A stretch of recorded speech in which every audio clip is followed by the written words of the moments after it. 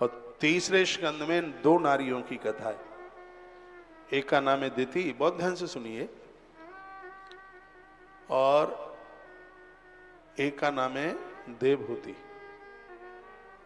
दोनों में बड़ा अंतर है। दिति वह है जिसके यहां राक्षस पैदा हुए, और देवहूति वह है जिसने भगवान कपिल को पैदा किया। अंतर इतना सा दिखाई देता है। संध्या का समय था, पति हवन यज्ञ के लिए जा रहा था, इसने अपने पति को रोका। हर समय पूजा पाठ, मेरी तरफ देखिए, मैं श्रृंगार करके आई। साधु ने बड़ा मना किया, कहा शाम का समय भोग का नहीं भजन का है, लेकिन वो नहीं मानी। सांसारिक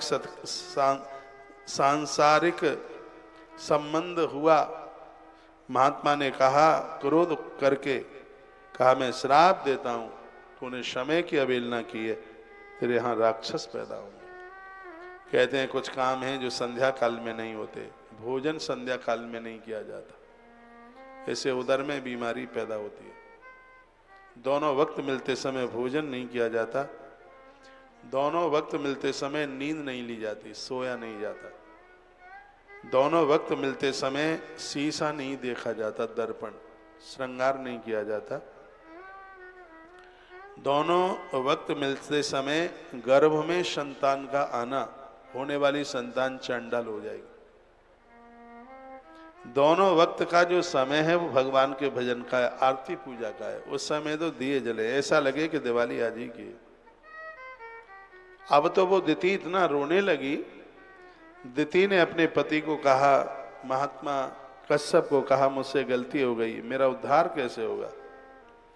तब महात्मा ने कहा, गलती तो तूने बहुत बड़ी की है, लेकिन यह भी मेरा ही तेरे लिए आशीर्वाद है कि तेरा एक प्रपौत्र होगा जिसके द्वारा तेरा कल्याण होगा। उसका नाम होगा प्रहलाद।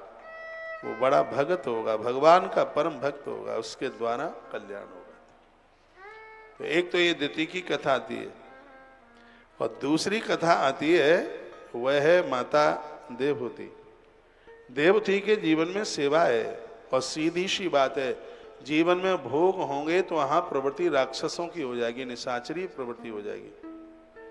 और यदि कहीं जीवन में सेवा चल करके आ जाएगी तो हमारा स्वभाव देवहूति जैसा बन जाएगा। देवहूति जिस समय हम बन जाएंगे उस समय भगवान कपिल प्रकट हो जाएंगे। कपिल का मतलब है कि मन वश में हो जाएगा। कपिल का अर्थ क्या है? संस्कृत शब्द में कपि का अर्थ होता है बंदर, और बंदर बहुत ज्यादा चंचल होता है। कपि, बंदर बहुत चंचल है। जैसे बंदर चंचल है वैसे ही हमारा और आपका मन भी चंचल है।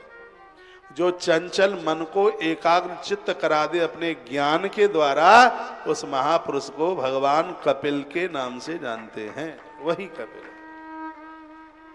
और वही साधु है, वो महापुरुष है जिनके सानिध्य में मन की खड़पड़ाहट, मन की चंचलता समाप्त हो जाए। हमारे ऋषि महर्षि बहुत वंदनीय है, बहुत पूज्य हैं, बहुत पूजा के लायक, बहुत वंदनीय है। ये तो बहुत स्मरण करने के लायक है, बहुत याद करने के लायक है। इन हम अपने ऋषियों की संस्कृति से कभी उऋण नहीं हो सकते। रोज इनको वंदन करो, प्रणाम करो। देव जितना पूज्य है वैसे ही हमारे ये पूर्वज, ये ऋषि उतने ही पूज्य। ऋषि का अर्थ ही है जिसने अपनी इंद्रियों को वश में कर लिया है। ऋषि, ओ ऋषि।